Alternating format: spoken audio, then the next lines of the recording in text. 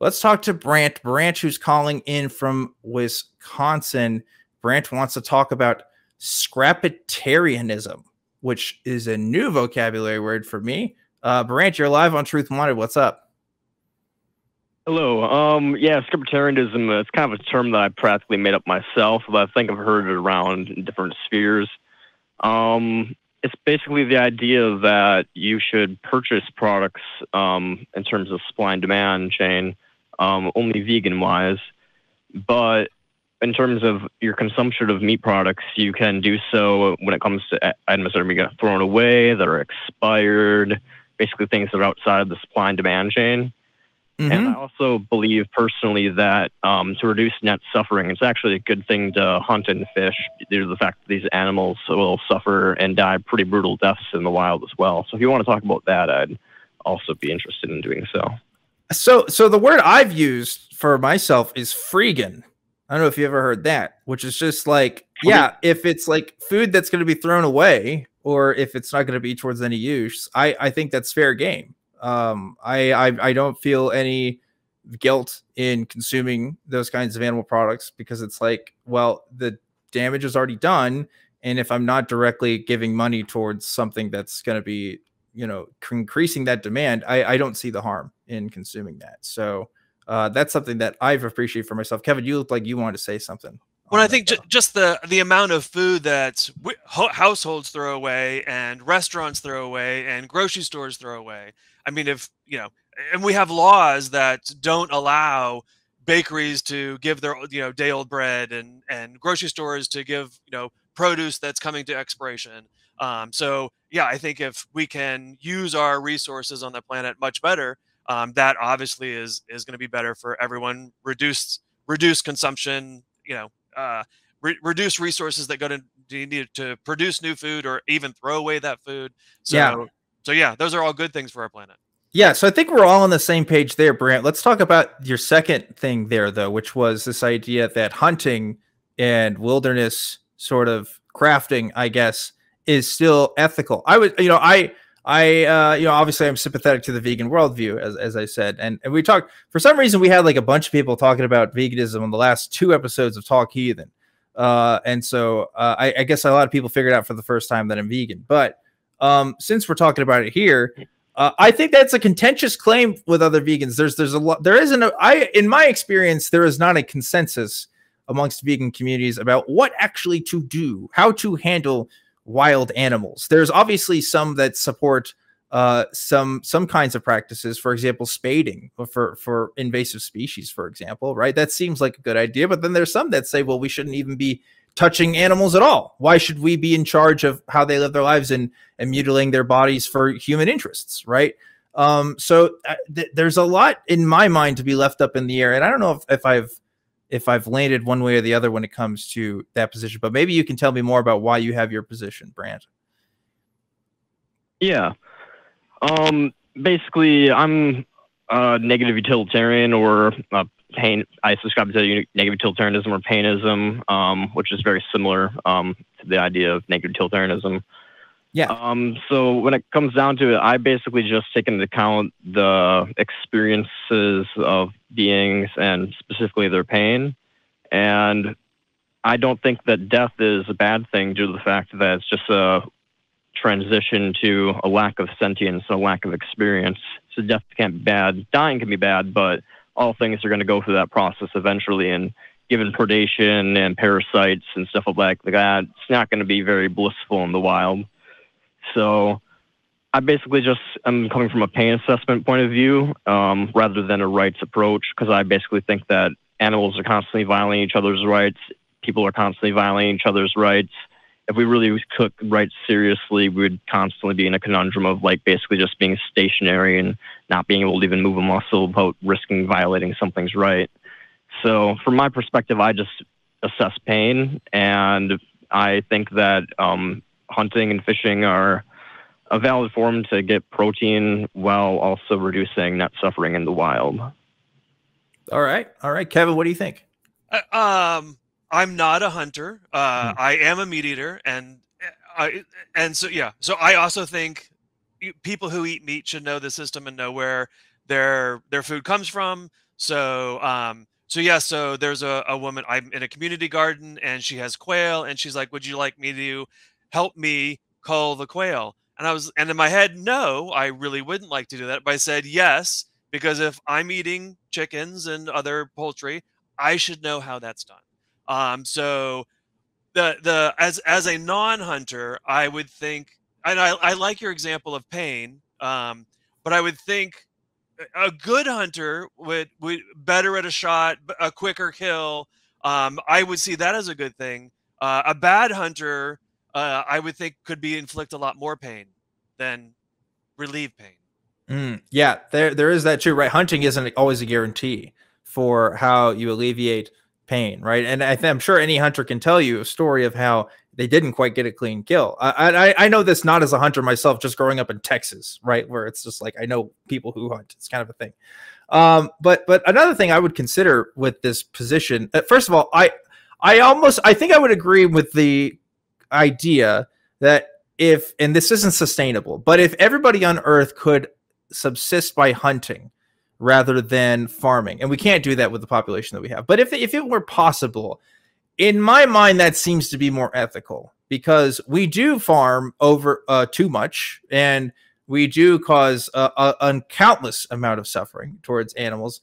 And the worst part of it is not all of them even goes to our food. Sometimes we have a breakout of mad cow disease, and you just have to kill a whole population and cut their lives short. And another thing with farming is, of course, particularly like cows and pigs, for example, you are cutting off their lives significantly to what they would be, normally live to. Not to say that hunting doesn't do the same thing, but there's a bit more variable, right? Like with farming, it's like, no, you get to live up to here, and like that's kind of it. So there's pros and cons to this approach. I think if somebody's out there living off the land truly, and they're subsisting themselves, I have way less of a problem and have way less of a thing to say about it than the folks who are just like, oh, well, I have to do this way because I have to, and this is the way I've always lived, and I can't possibly question the way that I consume products, and they buy the same shit at Walmart every week, right? Like that's, like, to me, just totally different planes. But anyway, Brant, what do you think?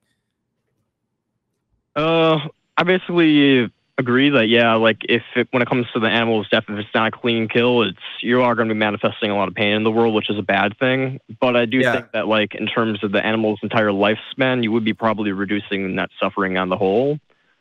Painism, though, would basically say, I mean, that's the difference between negative utilitarianism and painism. Is negative utilitarianism would basically say that, like, what you're saying is really is invalid because of the net reduction of pain.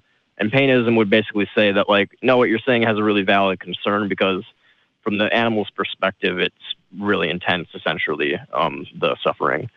Another thing that I want to consider is, you said sustainability being a factor.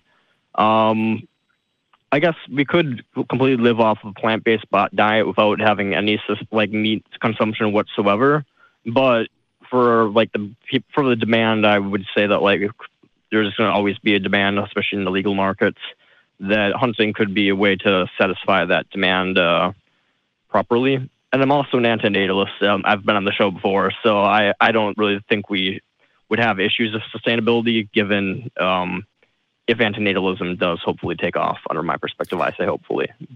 Yeah, that's another thing too, because again, if you are an antinatalist, though, like, hunting kind of is contrary to the perspective of modern hunting practices, because, like, we literally have, like, deer farms, right? Like, we literally have game animals that are grown for hunting, right? So if you're an antinatalist, you are, like, making things born just to be hunted. And again, it's one thing to hunt to subsist. It's another thing to hunt for pleasure, which 90% of the people that I grew up with hunted for pleasure, right? I have had, like, deer jerky before, and it has been done, but that's definitely not most people that I've met that are into hunting. It's definitely a sport for a lot of folks. And so, like, what do? Do you regulate hunting and say, oh, if you kill this animal, you have to use its parts or something? I don't know how you could effectively organize a society like that, but maybe you have some ideas.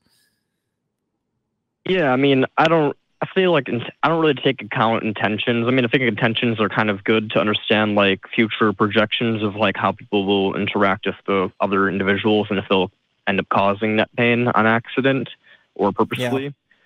But when it comes down to it, I don't really think intentions per se are what I really evaluate. So when it comes down to it, the animal's pain is going to be relieved, in my perspective, no matter what. And someone is getting joy, whether it's from the taste pleasure or from the pleasure of the kill. So either way, it's an unnecessary pleasure due to the fact that we can get the protein sources from plant-based products. So the way I look at it is there's not much of a difference from my perspective on if it's a trophy kill or if it's a kill for the taste of the jerky. See, that's where I would disagree, because again, as a vegan, right, what I understand veganism to be is a conscious effort to abstain from the use of animal products as much as possible. And there are different reasons why people are vegan, right? For me, it's philosophical. It's not for health reasons. It's not even for environmental reasons necessarily, although I do think it is the more environmentally efficient option overall. It's purely because I recognize beings have a capacity for suffering. If you're a mammal and you have a nervous system, you can suffer. Like that seems very clear to me. There's evolutionary evidence for it. And it's just how the world works. And so like, I want to try to alleviate that as much as possible. So that's that. By saying like, oh, it's okay for hunting, or we shouldn't consider, hunting for sport as something, as a net negative, to me, I would disagree. I think that has to be, if we're following a vegan philosophy, right? Even as a meat eater, I think there's a big difference between trophy hunting and going out and raising animals to kill animals, or having a farm in Texas where you can go out and shoot, or even going out and use a deer that you're not, in the wild, that you're not going to use. I think those, I have that. I guess I should say I guess I should clarify when it comes to like what I meant by trophy hunting. I guess I should clarify as an antinatalist. I do think we should put an end to like government incentive programs to like have our tax dollars go to like breeding animals and stuff like that, and for hunting purposes.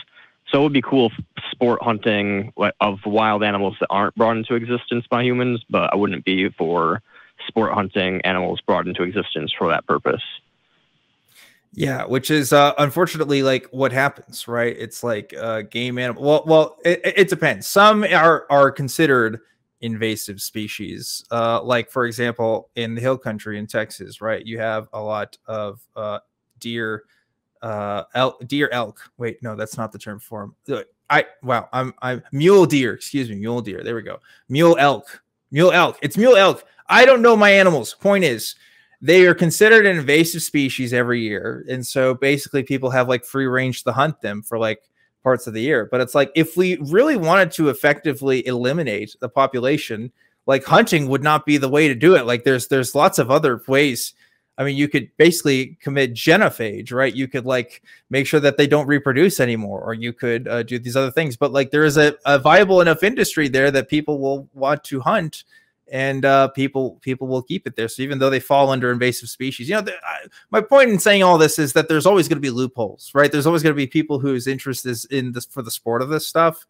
So I'm very pessimistic as far as like how we could make positive hunting incentives, because I feel like it's I don't know. I would rather abstain from the whole practice, right? If I can sustain and live on a plant-based diet without having to do any of that, that just seems like the better option for me. I don't know. No reason to just start hunting now, right? And even as a meat eater, I acknowledge that a plant-based existence is going to be better for the environment, more sustainable. So probably a lot less suffering for people just in general. Yeah. Anyway, Brant, that's all the time that we got for this call. But I appreciate you calling in on this topic. Thanks so much for sharing your point of view.